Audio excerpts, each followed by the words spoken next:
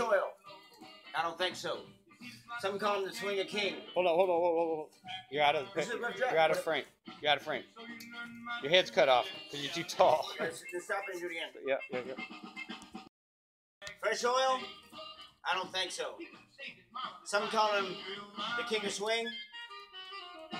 Definitely true. To me, King of Rock and Roll of the New Age. Ladies and gentlemen, the next guest of Barber Talks will be Mr. NIchols of the Royal Crown Review. Eddie Nichols. Now pause it there, right there. Yeah. Pause it. Silvertooth Loos here with one of my very good friends, Mr. NIchols.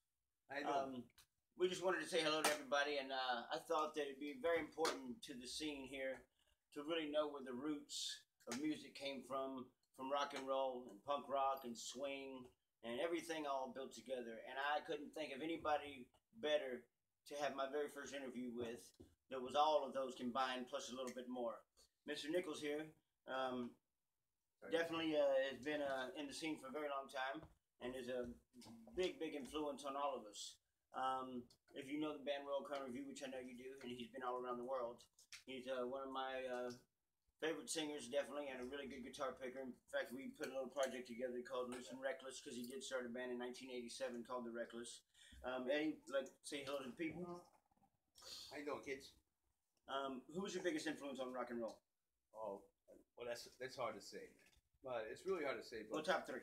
Top three, man. Okay, Gene Vincent, probably. I know rock and roll, but let's see, man. Man, that's tough. It's tough. I know you're Robert Gordon. I know, yeah, Robert Gordon in the Clash, probably. I mean, there's so much in a long time, but the things that were big in my life was '78. I saw a picture of the Pistols. Okay. And I went, what the fuck is that? And I got whatever that is. I wanted to get it. Nice. You know what I mean? Yeah.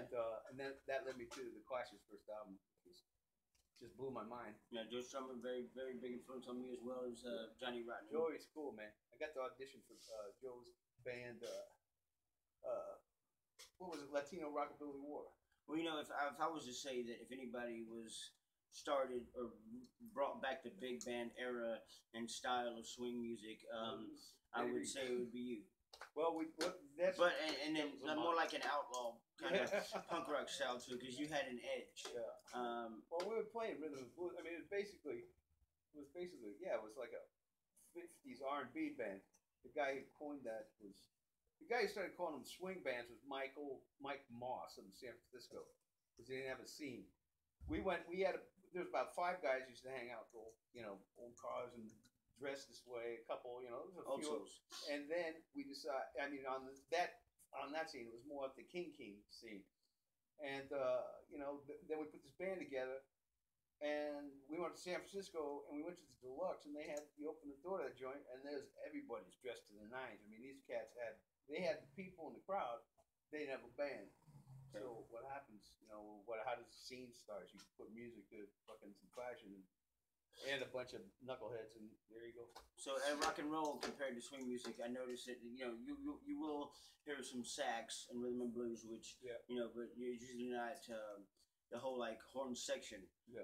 There wasn't many bands that had a full horn section between the 40s up until I would say like the 80s or 90s, which from what I know of my knowledge, I mean, you had a baritone, tenor, sax, of all that means. What progressed you into taking it from, say, a lead guitar and an upright bass to having just a full band?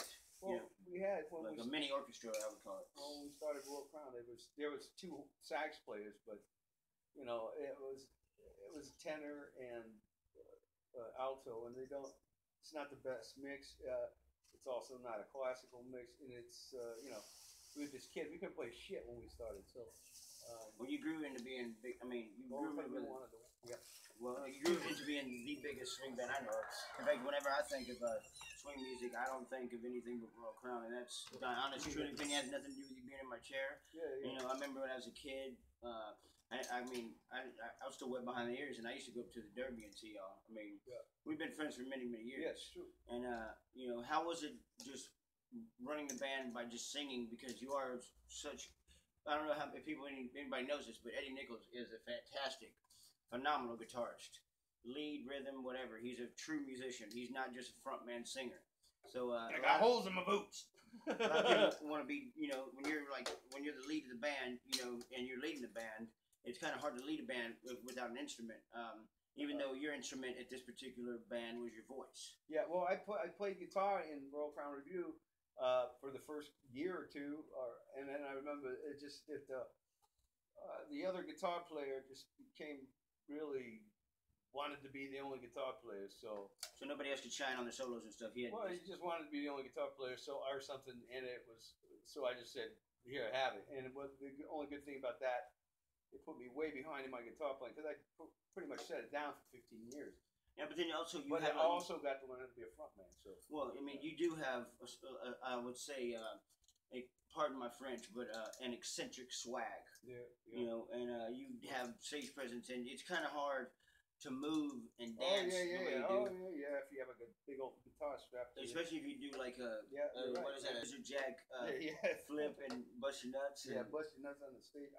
King, I used to get a couple times, man. It caught right. My front leg was out like that, and it right on the edge of the stage, like right on my nuts. That's pretty bad. Well, that's but see, that's what all of us like about it. Is because in this scene and everything, what I think is it's not really soul. Like what you have in you, I don't feel that it was coming from this particular day and time and point. I think it's something that you've had with you for many years, kind of like your educational knowledge towards a lot of things. I mean, I've always been a big fan of you, and thank you, Uncle. I mean, I'm a fan here. Damn it! And I just wanted to, just wanted to get in here and see what you had to say about a few things, and you know, we'll finish up this one later. All right, cheers. Perfect. How's that? For the very first time, it was fantastic, and